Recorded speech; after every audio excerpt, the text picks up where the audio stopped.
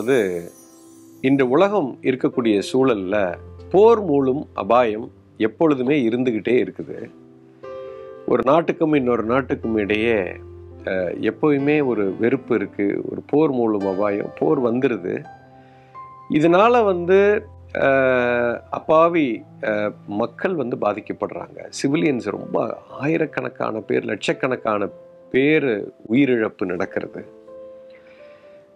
இது நாளைக்கு எனக்கு நடந்துருமோ, நமக்கும் இது நாளைக்கு எங்கேயோ ஒரு விஷயம் நடக்கிறது, எனக்குள்ள நான் என் வீட்லேயோ இல்லை என் குடும்பத்தாருக்கோ இல்லை என் நாட்டுக்கோ இது வந்துருமோன்ற பயம் நிறைய மக்களுக்கு இருக்குது. இதுக்கான மூல காரணம் என்ன? நீங்கள் வாருங்கிறது ஒரு எக்ஸ்ட்ரீம் சிச்சுவேஷன். அது எங்கே இருந்து ஆரம்பிக்குது? அது எப்படி போய் ஒரு நாடுக்கும் இன்னொரு நாட்டுக்கும் இடையே ஒரு சண்டை வருது? சண்டைங்கிறது இப்போ வீட்டுக்குள்ளே நடக்குது. கணவன் மனைவிக்கு இடையில், அப்பா பிள்ளைக்கு இடையில், அண்ணன் தம்பிக்கு இடையில், தொழில் ரீதியாக, ஒரு சமுதாயத்துக்கும் ஒரு சமுதாயத்துக்கும், ஒரு ஸ்டேட்டுக்கும் ஒரு ஸ்டேட்டுக்கும், ஒரு நாட்டுக்கும், இப்படி அது இங்கேருந்து ஆரம்பித்து தான் அப்படி போகுது. இதனுடைய மூலம் எங்கே இருக்குது அப்படின்னு பார்த்தீங்கன்னா, மனிதனுடைய மைண்டில் தாங்க இருக்குது. இதுக்கு உண்டான காரணத்தை நீங்கள் நல்லா புரிஞ்சுக்கணும். திடீர்னு ஒரு நாடு இன்னொரு நாடுன்னு சண்டை போடாது. ஒரு நாடுங்கிறது மக்கள், கோடிக்கணக்கான மக்கள் சேர்ந்து ஒரு இனத்தில் வாழ்கிறதான் ஒரு நாடுன்னு சொல்கிறோம். அப்போது இது ஒரு இண்டிவிஜுவலாக, ஒரு தனி மனிதனுக்குள்ள தனக்குள்ளே ஏற்படக்கூடிய ஒரு விஷயம்தான். அது அப்படியே பெருசாகி ஒரு நாட்டுக்கும் போர் மூழ்கிறது. ஸோ இது ஒரு நாடு சம்பந்தப்பட்ட விஷயமா வெளியிலிருந்து பார்த்தாலும் ஒரு தனி மனிதன் சம்பந்தப்பட்ட பிரச்சனை தான். இது தெளிவாக பார்க்கணும். இதில் எனக்கு நல்லது படுறது உங்களுக்கு தப்பாக தெரியும், உங்களுக்கு நல்லது படுறது எனக்கு தப்பாக தெரியுங்கிற மாதிரி நிறைய பேர் பேசுவாங்க. அதுதான் இதுக்கு மூல காரணம். தனி மனிதனுடைய விருப்பு வெறுப்புகள், என் மேலே உங்களுக்கு வெறுப்பு வர்றது, உங்கள் மேலே எனக்கு வெறுப்பு வருது, நீங்கள் செய்கிற காரியம் எனக்கு பிடிக்கல, நான் பெருசு நீங்கள் பெருசு அப்படின்லாம் பார்க்கறதுக்கு அப்பாற்பட்ட ஒரு விஷயம் இருக்கு. அதாவது இந்த உலகத்தில் எல்லா மக்களுமே நம்ம எதை விரும்புகிறோம்னா எக்ஸைட்மெண்ட்டை தான் விரும்புகிறோம். நமக்கு ஒரு சென்சேஷன் நமக்கு ரொம்ப பிடிக்கும். ஏதோ ஒரு ஹேப்பனிங் இருக்கணும். அமைதியை யாரும் விரும்புறதில்லை. அதாவது நீங்கள் நெகட்டிவாக சிந்திக்கிறீங்க அப்படின்னு நான் சொல்ல வரல. அதாவது அமைதியினாலே நிறைய பேர் என்ன நினைக்கிறாங்க, அது ஒரு எக்ஸைட்மெண்ட் இல்லை அப்படின்னு நினைக்கிறாங்க. இப்போது ரெண்டு விஷயம். ஒன்று அமைதி, இன்னொன்று போர். வார் அண்ட் பீஸ்ன்னு சொல்கிறோம். ஓகே, ஒரு பக்கம் வார், இன்னொரு பக்கம் பீஸ். இப்போ அமைதியை விரும்பி நிறைய ஆன்மீக குருமார்கள், நிறைய சாதுக்கள், சன்னியாசிகள் இது அமைதியை கடைப்பிடிக்கணும், எல்லாம் ஒரு அமைதியான வாழ்க்கை வாழணும், ஒரு பீஸ்ஃபுல்லாக இருக்கணும் அப்படின்னா எல்லாரும் விரும்புகிறோன்னு நம்ம நினைக்கிறோம். ஆனால் நீங்கள் உண்மையிலே அதை ஆசைப்படலைங்க. என்ன காரணம்னா, உங்களை அறியாமலே நீங்கள் என்ன நினைக்கிறீங்க, அமைதியாக இருந்துட்டா போர் ஆகிடும்னு நினைக்கிறீங்க, லைஃப் ஃப்ளாட் ஆகிடும்னு நினைக்கிறீங்க. இப்போ காலையில் எழுந்திரிச்சு இப்போ நியூஸ் பேப்பரை பார்க்கணும். நியூஸ் பேப்பரில் நீங்கள் சென்சேஷனை தான் விரும்புகிறீங்க. அதுதான் இன்றைக்கி இணையதளமெல்லாம் ஃபோக்கஸ் பண்ணிகிட்டு இருக்கிறாங்க. இன்றைக்கி காலையில் எழுந்திரிச்சு அங்கே ஒரு பூகம்பம் வெடிச்சது, இங்கே ஒரு ஃப்ளட்டு வந்துச்சு, இந்த நாட்டுக்கு இடையில் போர் நடக்க போகுது, என் வீட்டில் ஒரு பெரிய கொள்ளை நடந்துருச்சு, 2-3 கொலை நடந்துருச்சு அப்படிங்கிறது தான் நம்ம செய்தியாக அவங்க வெளியிடுறாங்க. அதாவது பீப்புள் ஆல்வேஸ் லைக் எக்ஸைட்மெண்ட். எக்ஸைட்மெண்ட்டை தான் நீங்கள் விரும்புகிறீங்க. இப்போ யாரும் காலையில் எழுந்திரிச்சு நான் ரொம்ப அமைதியாக இன்றைக்கி என் குடும்பம் இருந்துச்சு, இந்த நாடே இன்றைக்கி அமைதியாக எல்லாம் நடந்துச்சு, இன்றைக்கி சென்னை மாநகரத்தில் எந்த அசம்பாவிதமும் நடக்கலை, இந்த மாதிரி எல்லாம் நான் நியூஸ் பேப்பரில் போட்டேன்னா யாரும் நீங்கள் வாங்கி படிக்க மாட்டீங்க. ஸோ அந்த இடத்துல ஒரு சென்சேஷன் தேவைப்படுது. அதனால தான் இவங்க எல்லாமே ஒரு சென்சேஷனுக்கு எல்லாம் அடிமையாகி நிற்கிறோம்.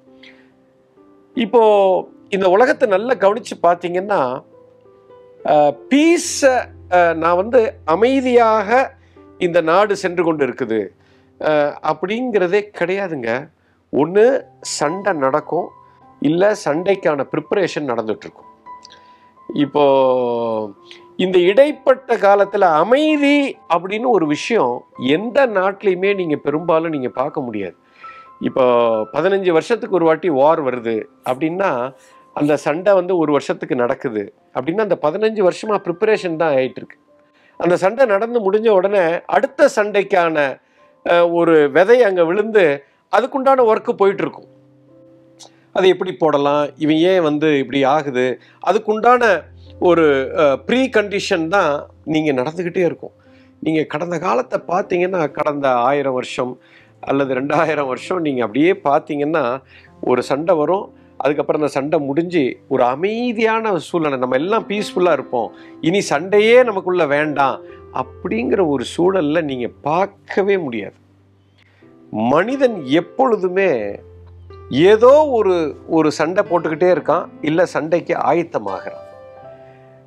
இன்னைக்கு வரக்கூடிய என்டர்டெயின்மெண்ட்டும் நீங்கள் நல்லா கவனித்து பாருங்கள். சினிமா, போக்குவரத்து எல்லாம் பார்த்தீங்கன்னா வயலன்ஸாகவே இருக்குது. வாட் ஐம் சீயிங் இஸ், அந்த வயலன்ஸ் வந்து எவனோ ஒருத்தன் அழிக்கிறான். நீங்கள் வந்து வில்லன் வந்து ஹீரோ அடித்து கொள்வது, அந்த ஹீரோயிசமை பார்க்குறது, அது வந்து தப்பு பண்ணுறவன் ஒருத்தன் அழிக்கிறவன். பட் இது பாயிண்ட் வந்து அந்த ஒரு அசுரன் இருக்கிறான், ஒரு ஹீரோ இருக்கிறான், இவர் போய் அந்த அசுரனை அழிக்கிறாரு அப்படிங்கிறதுல ஒரு சந்தோஷம். இதில் எங்கே நீங்கள் ரொம்ப எக்ஸைட் ஆகுறீங்கன்னா, இவன் பவர்ஃபுல்லாக அவனை அடித்து கொல்றதுல வந்து ஒரு எக்ஸைட்மெண்ட் இருக்குது. நல்லா கவனிங்க, இந்த எக்ஸைட்மெண்ட் வந்து எல்லாருக்குள்ளேயும் இருக்குது. அந்த எக்ஸைட்மெண்ட் வந்து நமக்குள்ளே இருக்க இருக்க இருக்க இப்போ வந்து நான் சண்டை போடணும், நான் ஒருத்தனை அடித்து கொல்லணும், அவன் கெட்டவனை அடித்து கொண்டா நான் நல்லவன் ஆயிட்டேன். ஸோ அந்த இடத்துல ஒரு ஜஸ்டிஃபிகேஷன்.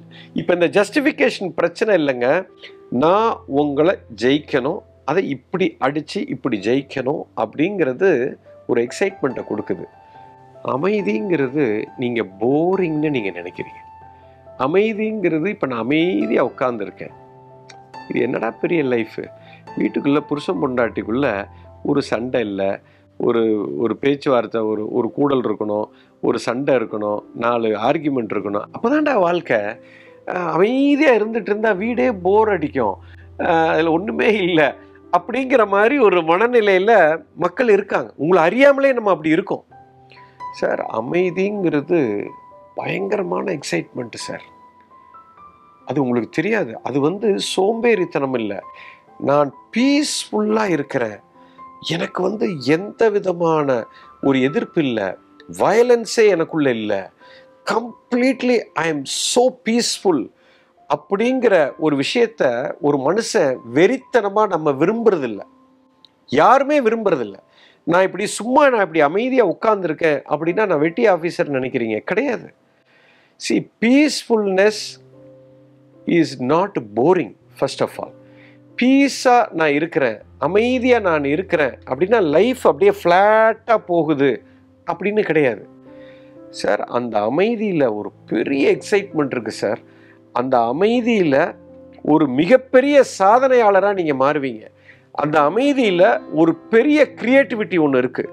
அந்த அமைதியில் தான் ஒரு மிகப்பெரிய ஒரு ஆக்கப்பூர்வமான செயலே உருவாகும்.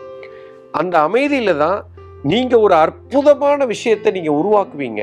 அந்த அமைதியில் தான் நீங்கள் வந்து இந்த பிரபஞ்சத்தோட ஒத்திசைவாக நீங்கள் இயங்க முடியும். அந்த அமைதியில் தான் இந்த இயற்கையே ரூட் ஆயிருக்கு. அந்த அமைதியில் தான் ஒரு எனர்ஜி இருக்குது, ட்ரெமெண்டஸ் எனர்ஜி இருக்குது. அசுர சக்தியை ஒருவனுக்கு எப்போ கிடைக்கும்னா அவன் அமைதியாக இருக்கும் பொழுதுதான் கிடைக்கும். இப்போ நான் எந்த வேலை செய்தாலும் அமைதிங்கிறது எனக்குள்ள இருக்கணும்.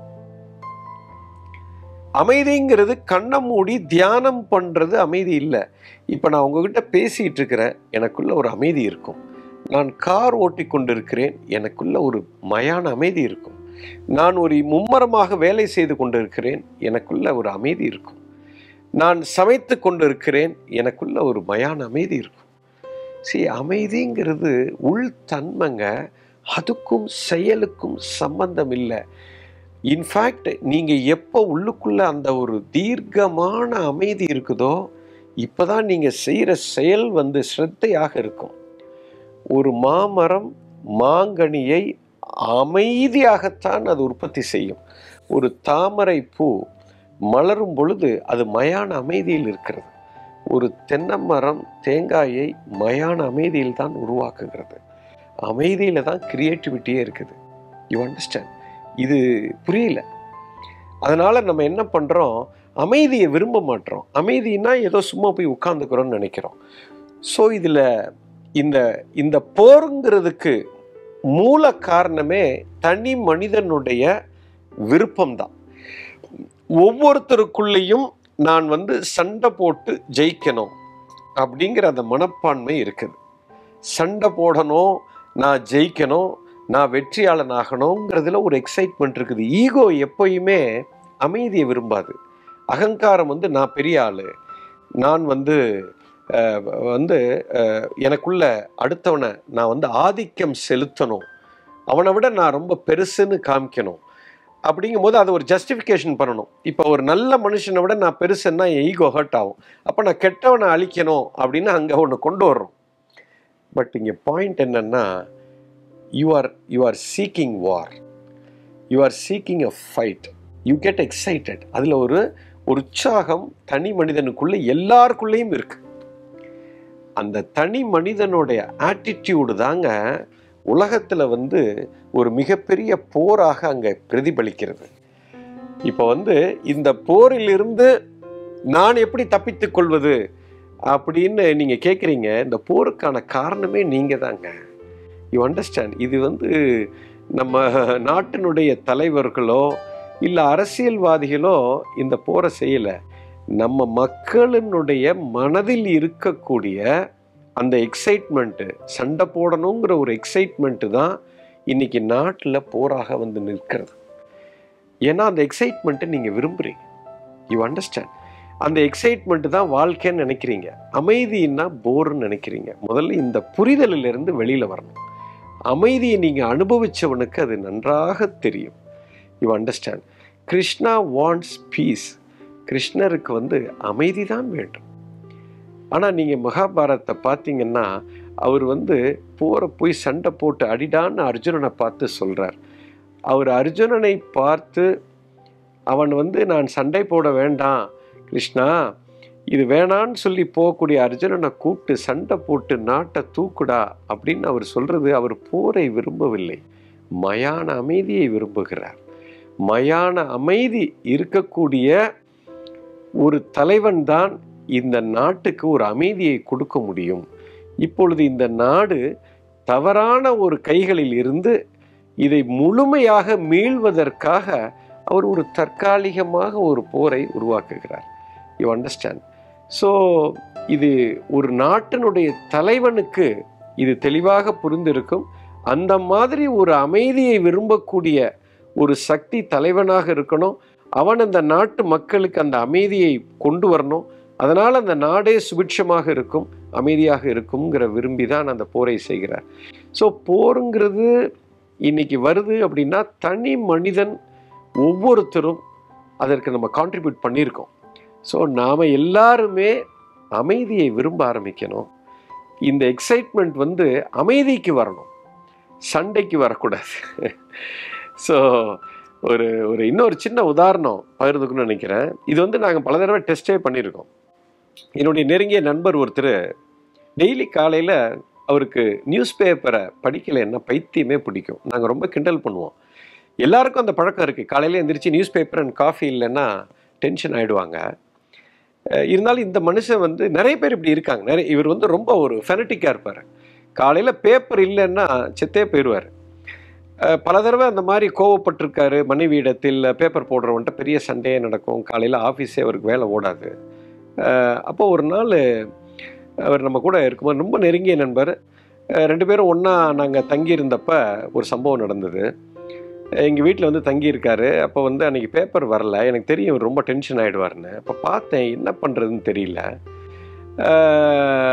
அப்போ ஒரு வருஷத்துக்கு முன்னாடி வந்த பழைய பேப்பர் வீட்டில் இருந்தது.